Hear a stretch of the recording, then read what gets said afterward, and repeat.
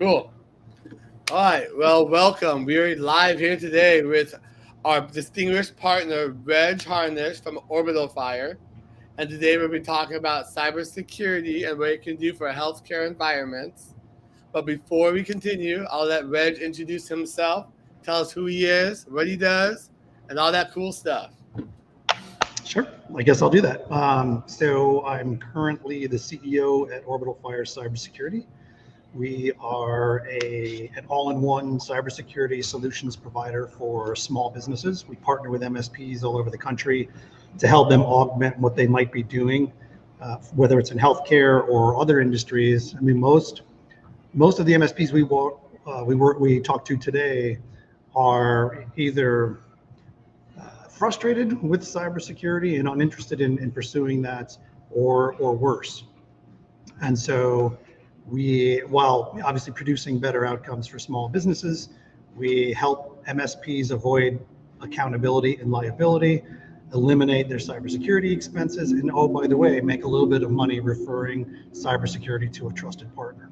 So that's kind of our business model. Before that, many years ago, I was one of the co-founders of Autotask back around 2000. And then in between, I was the founder of a company called Greycastle Security, which at one point was one of the fastest growing and largest cybersecurity professional services firms in the country, servicing large enterprise.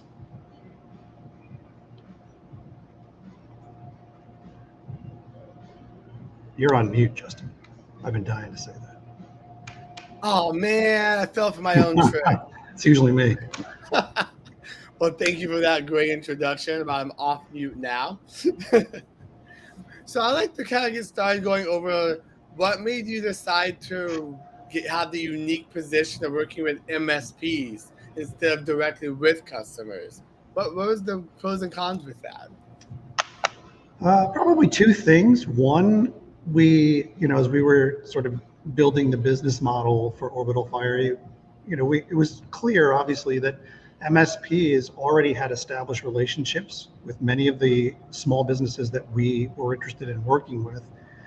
And at the same time, we saw even 5 years ago, sort of this mounting frustration with, tool and stack overload, the expenses around cybersecurity, and really the divergence of our industries, right? Cybersecurity and technology, there's very little overlap these days. And it's becoming even more of a segregated practice, meaning, first of all, you want specialists in both areas, but two, you want the other auditing or keeping an eye on, or at least a second opinion on the other as well. So it just made a lot of sense. And we are purpose-built to work with MSPs. We don't compete with them. Our services are really designed to complement what MSPs are typically doing on the cyber tech side, like firewalls, EDR, encryption, MFA, conditional access. We don't do any of that. We rely on the MSP exclusively to handle all of those technology-specific functions. And of course, then we do things like compliance assessments, testing, workforce security, managed SOC, incident response, and CISO. Awesome. You got kind of caveated into what I was going to ask you next. So maybe just for clarification, there's a difference between cybersecurity and an IT department? Funny, right? Yeah, who would have thought? So, we are not so naive that we didn't see and understand why people felt like a firewall and antivirus was a cybersecurity program. Going back to 1969 when we invented cybersecurity, really most of what we did was very tech-centric stuff.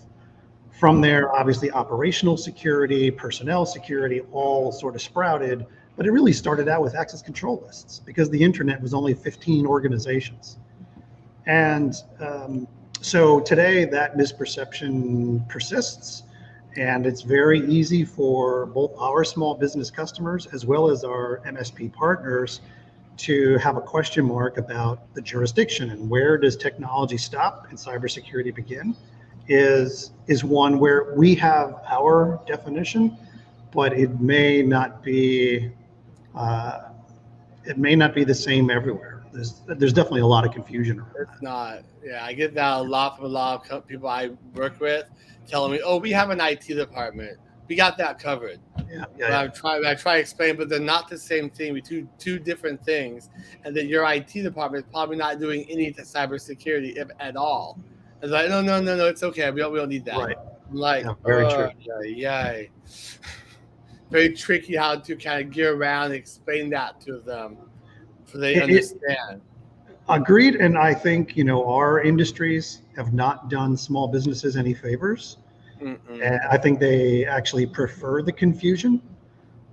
Both industries are doing well. If you look at Kaseya, and if you look at the huge businesses in cybersecurity, sometimes confusion plays into their hand. And so whether Yeah, it's intentional or accidental, it doesn't matter. We really haven't done a great job educating small businesses on the difference and why it's important to have them segregated. I agree. I mean, that's kind of what I'm trying to do with my business to create that education and kind of bridge that gap of knowledge to help them understand that. Because I want that complete transparency, Like we do this, and we help you with that and educate you on what needs to be done properly. Yeah. So, yes, I agree. Thank you for that.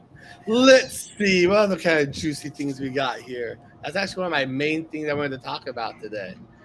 Let's see here. So do you, for the small businesses you work with, are they mainly just healthcare, or do you do all kinds of other businesses too? What's the main forte? Yeah, we have, I'll call them specialty practices in healthcare and manufacturing, but I mean, growth has been brisk. We have customers in literally every market segment, from landscaping to wellness to retail, you name it. But really, probably a solid 40% of our customers are either in healthcare or in manufacturing. Those are our top two markets for sure. Have you seen any kind of differentiator between the healthcare industry and what people actually do and don't understand needs to be done in order to like work with them? Uh, I don't know. Well, I do think that in manufacturing, while there's been a lot of confusion around CMMC, DFARS, NIST 171, et cetera, I also feel that enforcement has been a little more precise and maybe a little sharper. And so even small manufacturers have been exposed to 171 and the process more than maybe other industries. Of course, healthcare and the HIPAA security rule, HIPAA compliance has been around for decades. And, so I think to some degree, you'd have to live under a rock if you're in healthcare and haven't heard of HIPAA. So I think there's a level of maturity in healthcare that we don't see perhaps in some other industries. There's a level of enforcement in manufacturing that we don't see in other industries. But I would argue, most small businesses are becoming more acquainted. They're becoming more educated. And it's because cybersecurity is really getting in the way of them doing business these days. It's a real threat now. Well, yeah, I mean, not just incidents and ransomware and wire fraud. It's Yeah. most of their new customers are asking about their cybersecurity program. Their existing best customers are sending them questionnaires. Cyber insurance renewals have become a nightmare.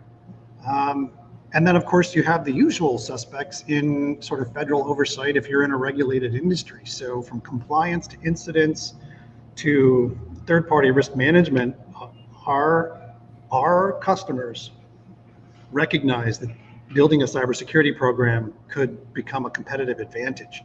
It was an asset. It's an asset for them. Yeah, It I can agree. reduce costs. It can create efficiencies. But not everyone is there. Hmm. And while I think, you know, it, it's really just a small percentage of small businesses that are engaging in cybersecurity, like a real program, that Yeah. number is changing every day. It's accelerating quickly.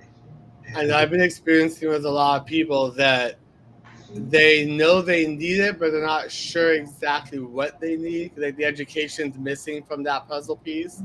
They're like, yeah, well, we check the boxes. Our insurance covers us, but does it? They're just checking boxes and filling out yeah. papers, but not actually doing any of the other work.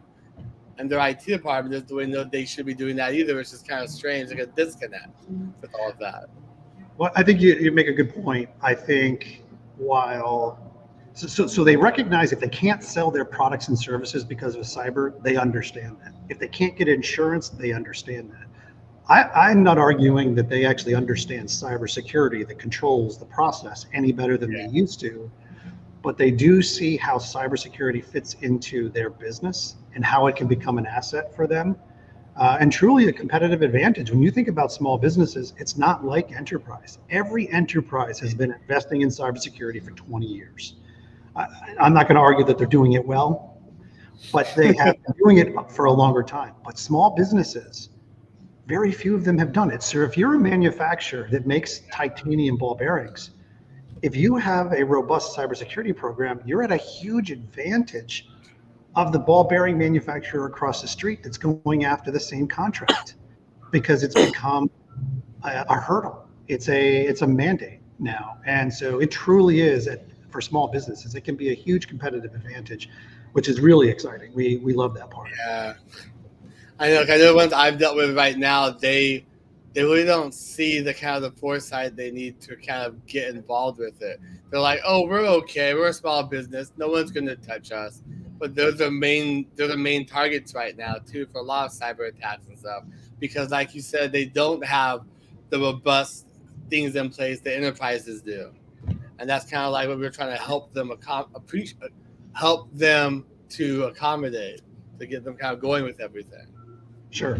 And listen, our industry is full of statistics. Most of them are nonsense. Yeah. But one thing that's very true about small businesses is they don't have the level of business resilience. So if they're missing 50 grand from a payroll account, that's a much bigger deal for them than it is for Boeing or Target. So there are different things at risk also. Most small businesses, the owner or the family, or it's a direct relationship between the business and their personal lives, whereas obviously again not true at the enterprise level. So it's a different thing, and they have more at risk probably, I would argue. I would think so. Trying to tell them that in a way without saying, "Hey, listen to me, dumbass," or something, but in a more effective way. Yeah, we really try to empathize with these folks because it would be like someone trying to sell us payroll services or health benefits, or it's like, come on, it's like I know very little about that stuff. And so if you engage with someone who can help you understand it better, whether it's through analogies or other things, it becomes powerful. Yeah, having that patience and learning how to explain them on their level and not overwhelm them with all these damn acronyms and stuff that we use. They're easy to us, but they're like, what language are you speaking? So yeah. So true. Just translating all this, jargon and gibberish into something they can understand. Well, one, it makes them better educated, but two, we're more successful because now they understand our value. Like, what is it we're doing? Why is it important? So I think that's good for everyone. There's a lot of information overwhelm. So I know even me at times, I get overwhelmed, and this is what I do. Yeah, no kidding. Same here. It's impossible. Yes. Thank you for that. Is there anything that you'd want to say to any of the businesses out there thinking that they should do more? Like, what would be the kind of next steps they should do or have in place? Well, there's a few things that we recommend that all small businesses consider. And by the way, we don't mandate anything. We help them make informed decisions, but I think they should really try to understand where their most critical risks are. And their firewall probably isn't one of them. But if you have sensitive data, protected data, intellectual property, money to protect, you should it might be a good idea for you to understand what the cyber risks are related to those really important crown jewels, your important assets. So understanding risk, truly important. A workforce security program, so training, education, and testing of your workforce. I think today, right or wrong, if something happens and you're not training and testing your people, you're going to look negligent. A cyber insurance vehicle is going to be important as well. And then I think last one would be having some way to respond to incidents, and whether that's knowing our 800 number, so you just call us, or you have an incident response plan. It's I think the ability to respond to common incidents is really translates into viability and success. So I think those four things are really important today. I could 100% agree with that. Thank you. Let's see. I did a couple more things I wanted to ask you with regards to that. So, if we were to work with, say, like a client, what would that kind of look like for them? Like, I guess maybe like going through the process of getting them onboarded, giving them material to read and everything for the training portion of it. What's that kind of look like? Yeah, so over 50% of our customer leads, which become referrals or become prospects, those are MSP referrals or strategic partner referrals. So the way it works is an introduction is made. Actually, let me take a step back. Even before that, a little bit of engagement is important in qualifying the customer is important. But really, in our opinion, the only thing a small business really needs to be is ready. That's it. They don't Really? need to have anything. They just need to have made the decision that cyber is important. And like you said, we're not sure what we're going to do, but or who we're going to do it with, but we know it's important and we're going to invest in cybersecurity. That's really the only qualification for us. But the process is that qualification, then an introduction to the customer. Once the introduction is made, it becomes an opportunity for us. And the MSP is included in all of those conversations. Once the engagement is closed and then they become our customer as well, from there, it's really truly a partnership. So whether we're managing vulnerabilities or we're conducting a NIST 171 compliance assessment, the MSP is involved in many, many ways. A couple of things that are important. We, again, being designed to work with MSPs, we have no access to our customers. So we have access to metadata for things like monitoring, training, stuff like that, but we don't have access. We don't have passwords or credentials to a single asset. So the MSP becomes a critical partner if we need to patch, reconfigure, replace, remediate risks, and then the MSP also benefits in that case. So they're not just getting a referral commission, which of course they will, but all of that hardware and software, all of those licenses, all of that labor goes back to the MSP when there's All the fun technology stuff. remediation. Yeah, the stuff that you want to do anyway. Right? So the system works really well, and then it's just a perpetual partnership where the MSP they bring us in on something, or we bring the MSP in on something. But really, where the sort of the three legs is the MSP, the customer, and Orbital Fire. Together, there should be nothing that we can't accomplish. Well said, because I've said that better myself. Well, thank you very much, Reg. I really appreciate your time with all this today. Was there anything else that you'd like Absolutely. to add to the conversation? Anything for Well, I think everyone out there?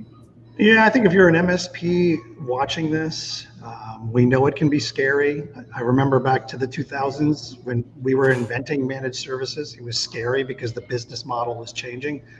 Your business model is changing today too, and cybersecurity is forcing that. But I would, encourage you to consider, instead of taking on all the accountability, the lawsuits, trying to learn all this new stuff, trying to hire cybersecurity talent, paying for licenses of tools that you may never sell. Instead of doing all of that, think about engaging with a partner that can make you look good, reduce you or eliminate your expenses, reduce or eliminate your accountability, and produce better outcomes for our customers. That, in our opinion, that is the wave of the future. And just like managed services, we know that there's some angst and some fear and we get it. We totally get it. But we're here to help. And if you're an MSP that does not want to do cybersecurity, we are a fantastic option. I mean, why wouldn't you want to do cybersecurity? It's so fun. I mean, I think it's fun. Listen, we're cyber nerds. We love it, but for the same reason that we don't want to do anything with firewalls. Okay, We now totally agree. I get that now. Yeah, you make a good point. But I wouldn't touch that damn thing. Or Microsoft licensing. Yeah, that's fun. That's a fun world right there. Real fun. Yeah. It changes like every 3 to 6 months. Like technology, it's ridiculous. Yeah. Well, thank you. People want to reach out. Where can they find you at? Like LinkedIn, YouTube. Yep. So we have all the socials. If you want to reach me personally, it's just reg, at orbitalfire.com. If you're interested in becoming an MSP referral partner, partners at orbitalfire.com. And we're very responsive. We'll get back to you. Yes, and I can contest to that. And Well, thank you, thank Joseph, for the invitation. I appreciate the time and the invite today. yes, thank you for coming on and bringing all your time and skills and amazing stuff to us today. We really appreciate that. My pleasure. Hopefully, we Thank can you. do it again. Anytime. All right, you have a wonderful day. Everyone out there, take care. Thanks, Justin. Thank you. I'm gonna end that.